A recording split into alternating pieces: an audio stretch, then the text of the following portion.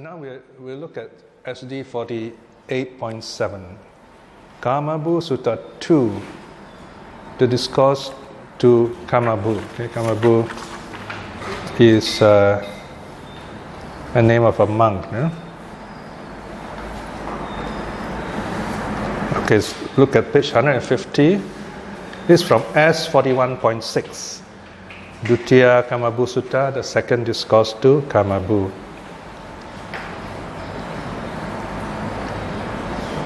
At one time, the Venerable Kamabhu was staying in a hop plum or wild mango grove in Machika Sanda.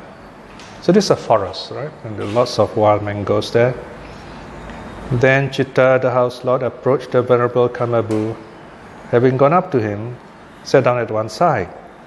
Sitting thus at one side, Citta, the house lord, said this to the Venerable Kamabhu. Bhante, how many kinds of formations are there? Right? Okay, here Citta is the wisest of the laymen. In fact, he's so wise, monks often go to him and ask questions.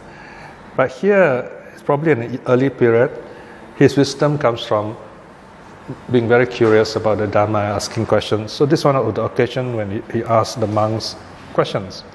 So he's this kind of person. He will ask questions and sometimes will be he will only teach if you ask, of course. He's quite humble. He's full of humor too sometimes. No? So he asked this monk, named Kamabhu, he says, how many kinds of formations are there? Mental formations. In other words, the mind form things, the mind create things. In how many ways does the mind work, if you like? So the monk answers, there are three kinds of formations, House Lord. Bodily formations, verbal formation, thought formation. All right? So our mind works in three ways, or you can say the way we live, we act in three ways, if you like. Whatever we act is called formation because we form this karma, okay? This, in other words, is karma, right? Bodily formation, actions to the body. And killing, stealing, sexual misconduct are wrong bodily formations, right? And then there are verbal formations, wrong speech, right? Then there are right speech, which is also verbal formation. Action through speech. And the third one is of the mind, of thoughts. So we express karma, we act through body, speech and mind. That's the meaning here. We form karma through body, speech and mind. So they're called formations. So Citta says, Sadhu Bhante. Right? Said Citta, the house lord, he joyfully approved of the Venerable Kamabhu and then asked another question. But what, Bhante, is bodily formation? What is verbal formation? What is thought formation? Right? Now the style of teaching here is called question answer. Catechetical, okay? Question answer. So he asks one question and then the monk answers, he asks a question about that answer. So what are these three things? And the monk answers, House Lord, the in and out breath are bodily formations. Okay, this is answering from meditation point of view. Your in and out breath is body karma, body action. Thinking and pondering are verbal action. Now this is very interesting. Thinking and pondering is regarded as speech in Buddhist psychology. All right? Now I'm not going to explain too much because the next question is going to explain this. Just put in your mind, okay? Thinking and pondering is speech action, verbal action. Speech, perception and feeling are thought action, thought formation. Perception and feeling are thought formation. So you have the breath is a body formation. Thinking and pondering is speech formation or verbal formation. And perception and feeling, recognizing things and feeling is thinking. Then Citta asks, but Bhante, why are in and out breathing bodily formations? Why are thinking and pondering verbal formations? Why are perception and feeling thought formations? Why is this so, right? So it's going to get deeper. Eh?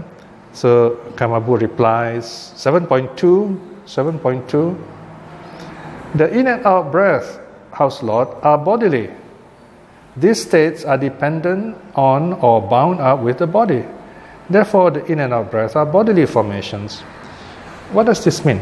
Now, when you breathe in, breathe out, what is happening is your body is expanding, right? The diaphragm goes up, down, right? So it's a bodily action in that sense.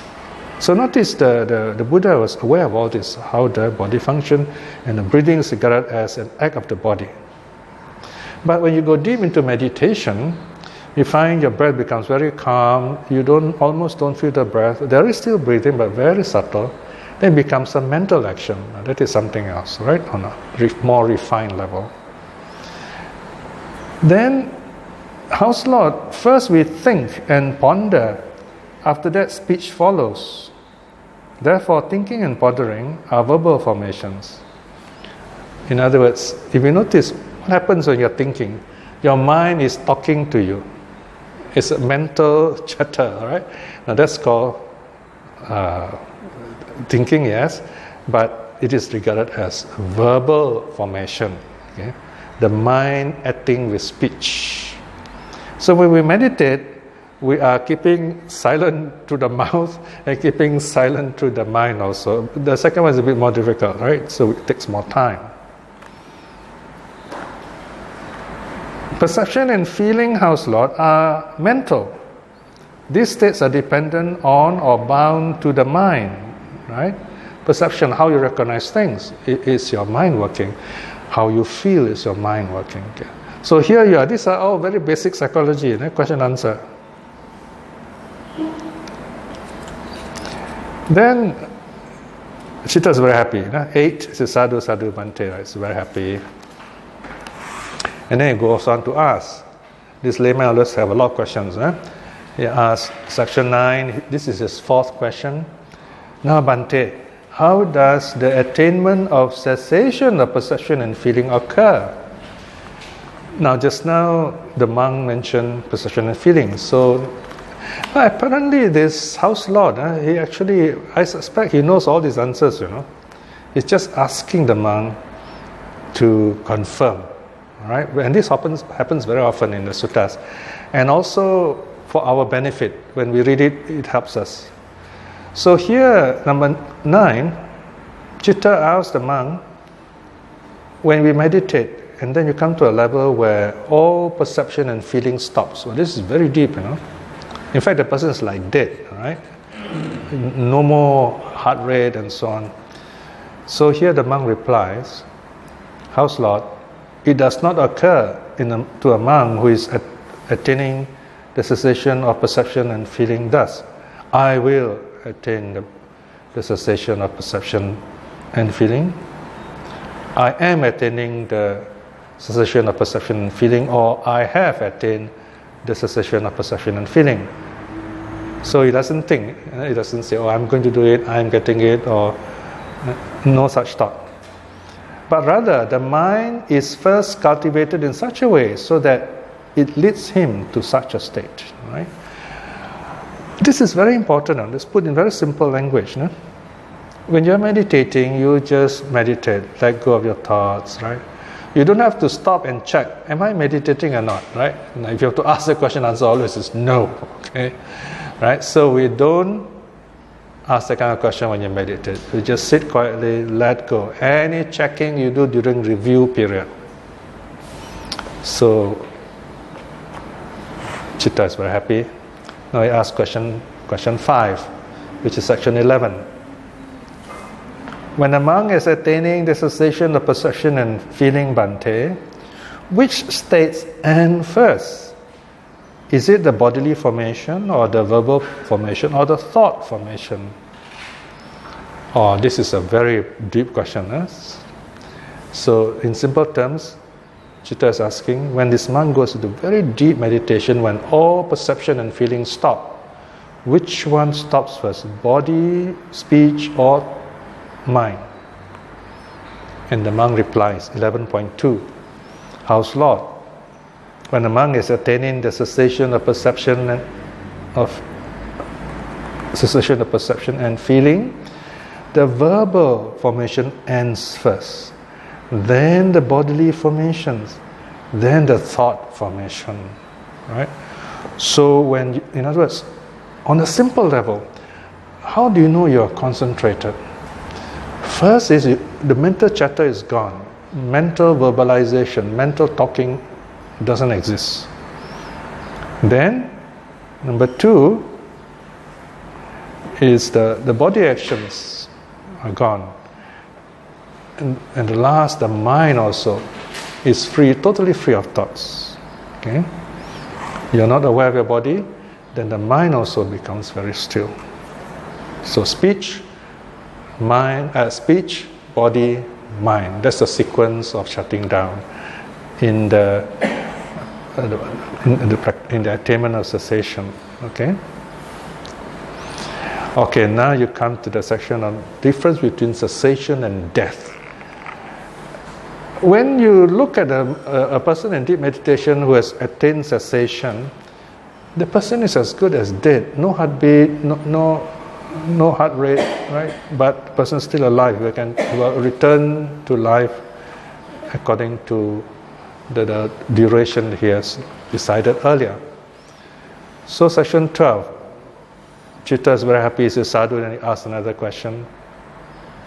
13, what, Bhante, is the difference between someone who is dead, done his time, and a monk who has attained the cessation of perception and feeling? So what's the difference? A dead person and someone deep in meditation who has attained cessation. No more thinking, no more feeling. House Lord, in the case of the dead, whose time is done, the bodily formations has ceased. So no more speech activity, no more body activity, no more mental activity. Right? So all the three stop. Eh? Then, yes, look, his vitality, this is the life. His vitality is exhausted. His vital heat has settled. His faculties are all broken up. So you have the life formation, or are you, and then you have the body heat. Okay. Sometimes the body can still feel warm, right? So this one we know, you touch, you can still feel warm. But the life faculty, the consciousness is still there. There's no way of knowing this. 13.3.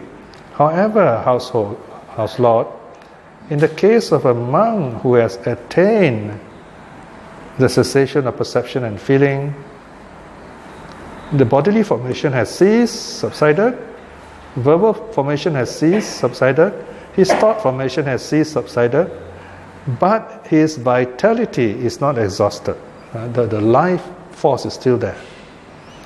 His vital heat has not settled. The body, you can feel, is warm. And his faculties are clarified. His senses are, in fact, sharpened, so to speak. Yeah? Here, of course, the senses refer to more of the mind than anything else in meditation.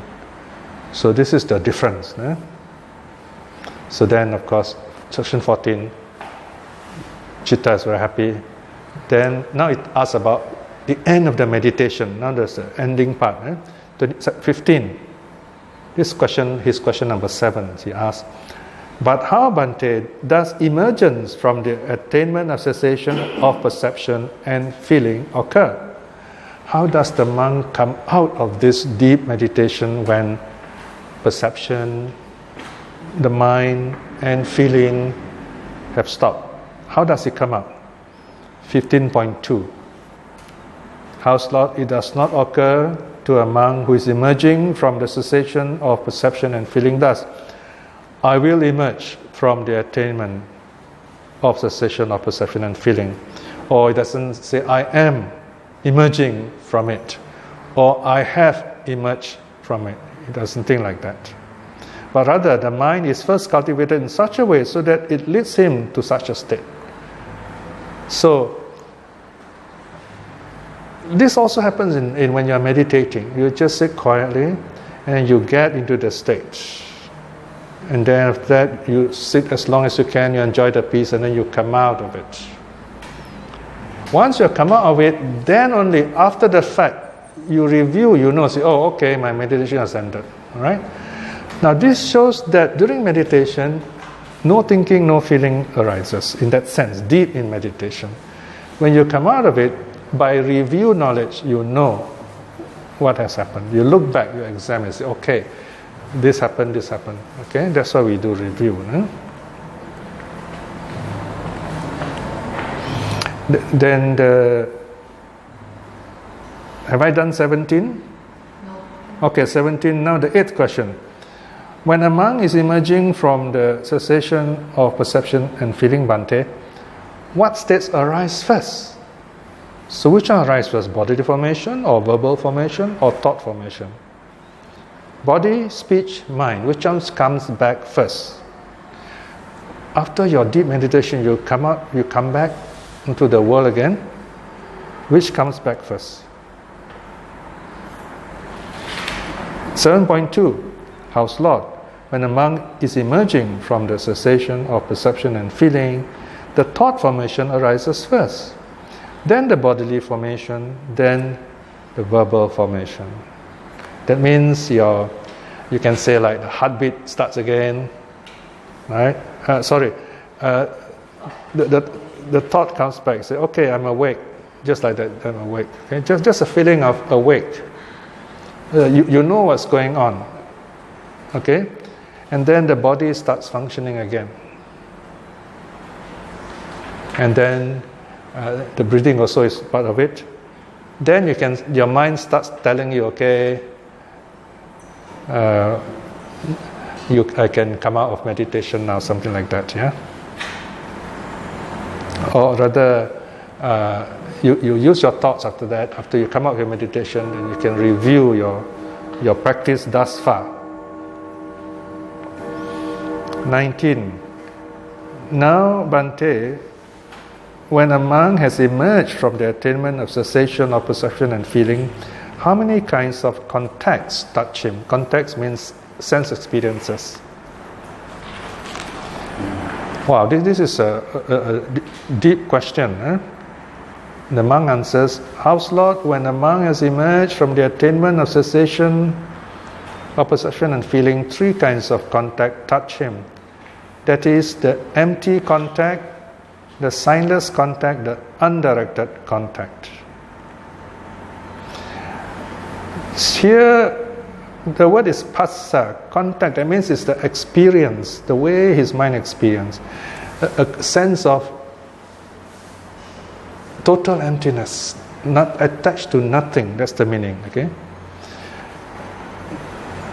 Second, signless. That means there are no mental objects, there are no meditation objects. The mind is just mind, very happy. And there is the undirected contact. You don't have to direct your mind, okay, I want to do this, I want to do that. The mind is just at peace. Okay? So this is how the mind feels like, very peaceful. So this is where you can do what you like with your mind after this. To direct your mind to, say, reflecting on impermanence, or watching suffering, or watching non-self. Right? But otherwise this mind is empty, signless, undirected, very peaceful, very clear, very joyful. So Citta is very happy. 21, he says sadhu again, and then he asked the second last, and number 10 rather, question 10, section 22, question 10. Bhante, when a monk has emerged from the attainment of cessation of perception and feeling, to what does his mind bend?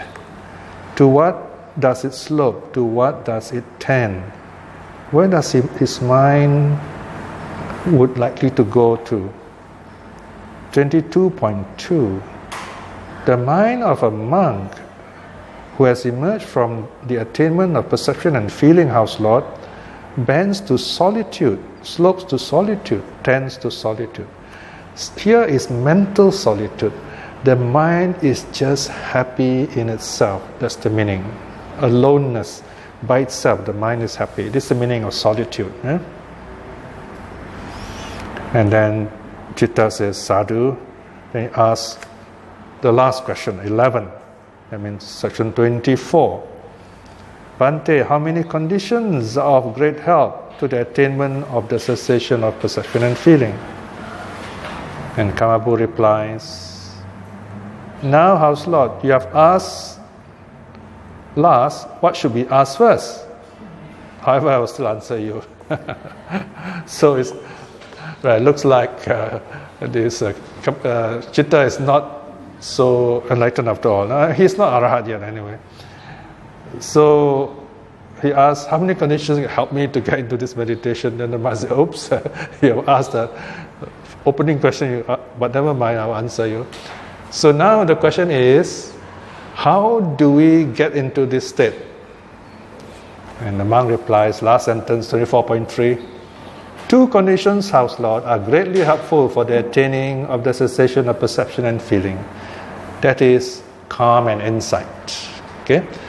Samatha and vipassana. First, you calm yourself, and when you are calm, you reflect on impermanence. When you reflect on impermanence, you get calmer, then you let go of the reflection, you go back to your calmness, back and forth like that. Okay? So when you meditate, you do metta, may all beings be well and happy, then you feel joyful. If you're very calm, then you remain calm as long as you can.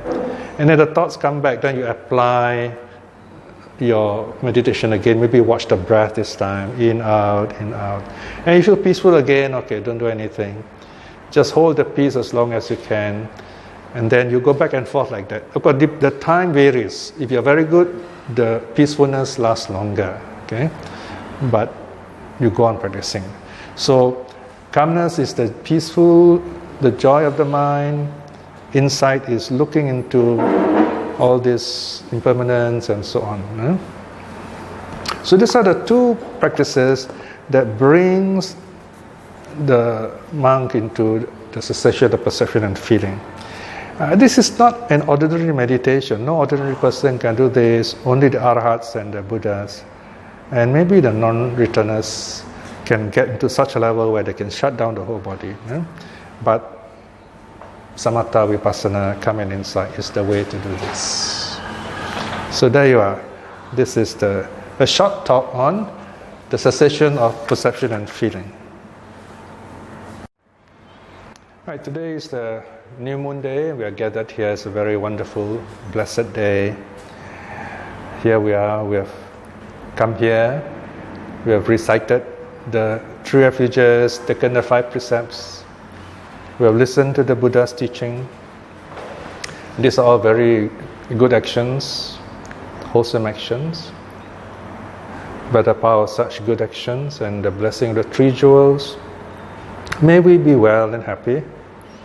May we be blessed with the courage and wisdom to at least aspire to stream winning in this life itself. May those who are practicing the Dhamma to attain the path in this life itself. And may those who have difficulties with the teaching, who are lost, or who do not know the Buddha Dhamma, may they too see the true teaching in this life itself. May all beings be well and happy. Sadhu, sadhu, sadhu.